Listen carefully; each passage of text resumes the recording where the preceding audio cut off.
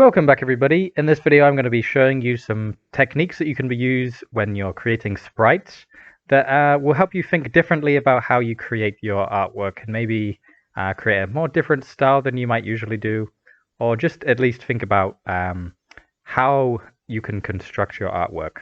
So for this I'm going to be comparing these two games I've made, one of them being Dead Dungeon and the other being Office Combat. And I'm going to be specifically talking about the sprites. And although the background does have a lot to do with the sprite work, they work hand in hand, and often color mode is an important part of getting it right. When using this Dead Dungeon style with the black outline, then sometimes that isn't so much an issue.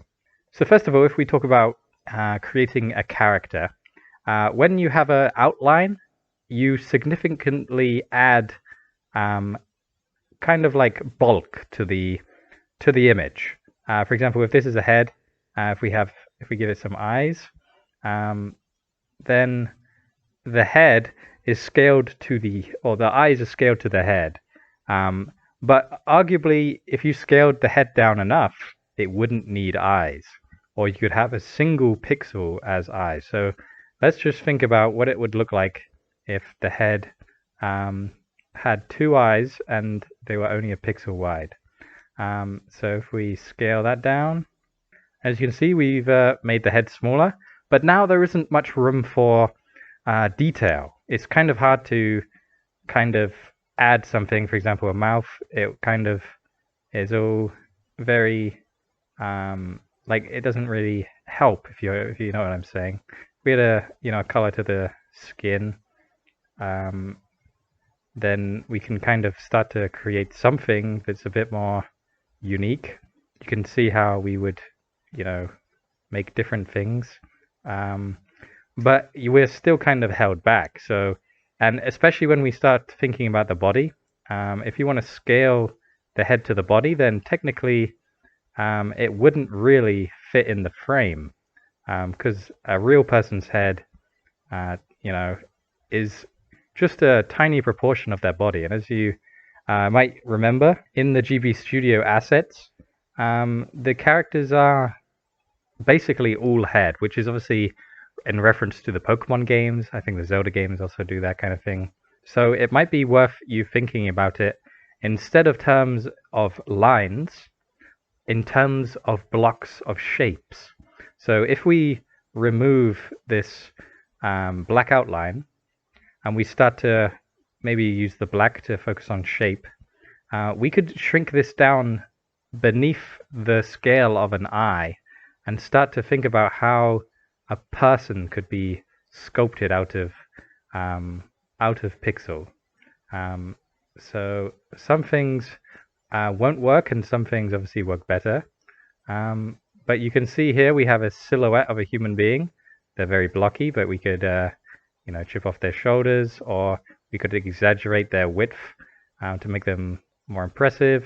Could even give them a rounder head, or maybe give them fatter feet. We can give them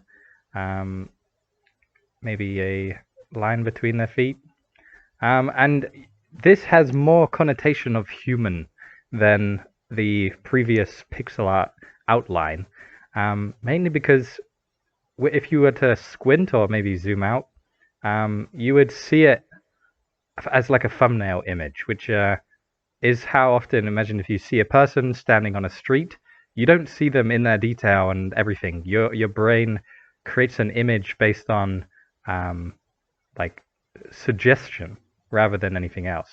And obviously, by increasing the head size in comparison to the body, they look more and more childlike.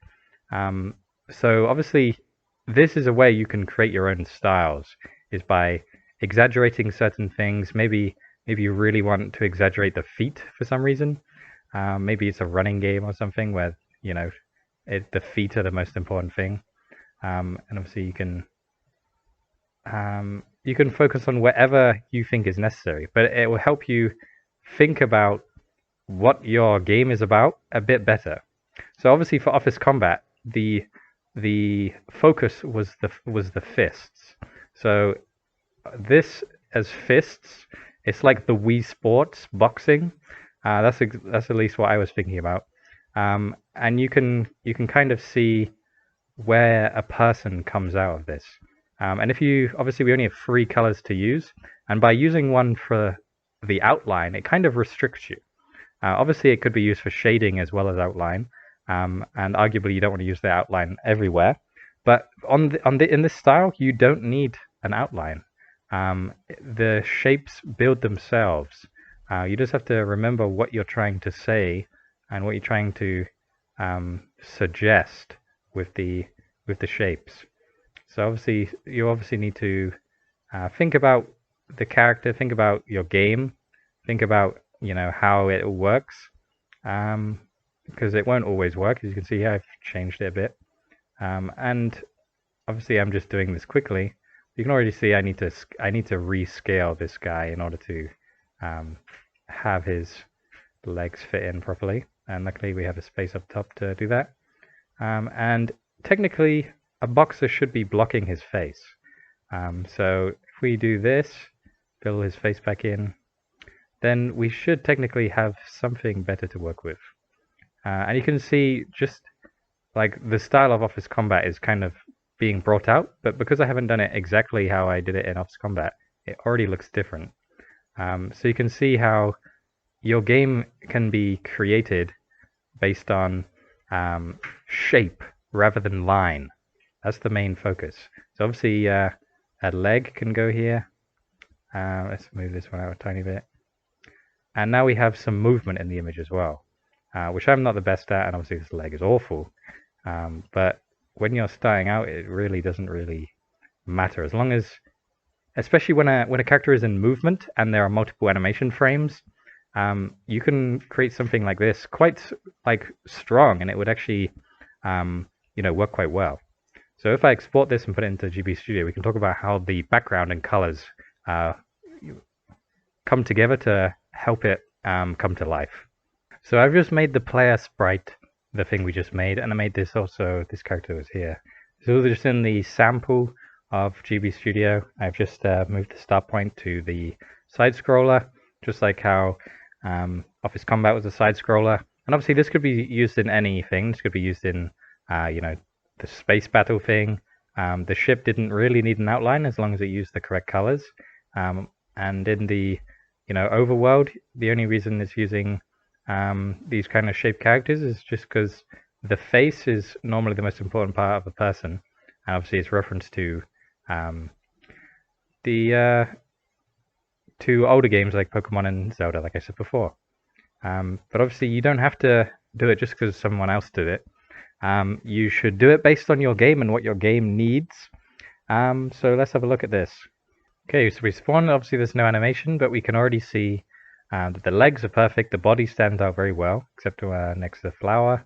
But the skin of the person doesn't stand out very well because it's basically white on a very light blue. So to tackle that, you would either want to change the background to a darker blue, or you would want to change the player's skin color. I think it's in the default sprites. I think it would be this one, to a more orange color, which I know is the opposite of blue. And as long as you construct your scenes knowing what the background is, you can make a very satisfying artwork with this. The genius of the black outline is that it creates that like frame for the player's insides, basically, to stand out on almost any background. Like this thing can go up against the wall and it will stand out because it's got a black outline differentiating it from the background. But with this style, you don't have that so much. So you have to make sure, or you don't have to make sure, but you might want to make sure that they are contrasting and stand out over each other. And that's a new way to think about making pixel art for your games. Obviously, you don't have to do this. You might want to try it if you're stuck on pixel art, or you want to try a more simple, blocky kind of thing. As you know, in Office Combat, the walls are just a basic color, the ceilings are the basic color, the floors are basic color, and it's just some objects that help create the illusion of detail. Because actually, there's not much going on in the scenes. But it's still a great game, and the artwork really helps make it unique and stand out above everybody else's games who arguably have the same kind of art style. So that is something to think about for you, and I want to thank you for watching. I'll put my patrons up on screen right now. Thank you so much to you guys. Remember to like the video if you like the video, subscribe if you haven't already, comment on what you want to see next, and I'll see you in the next video. Thank you so much for watching.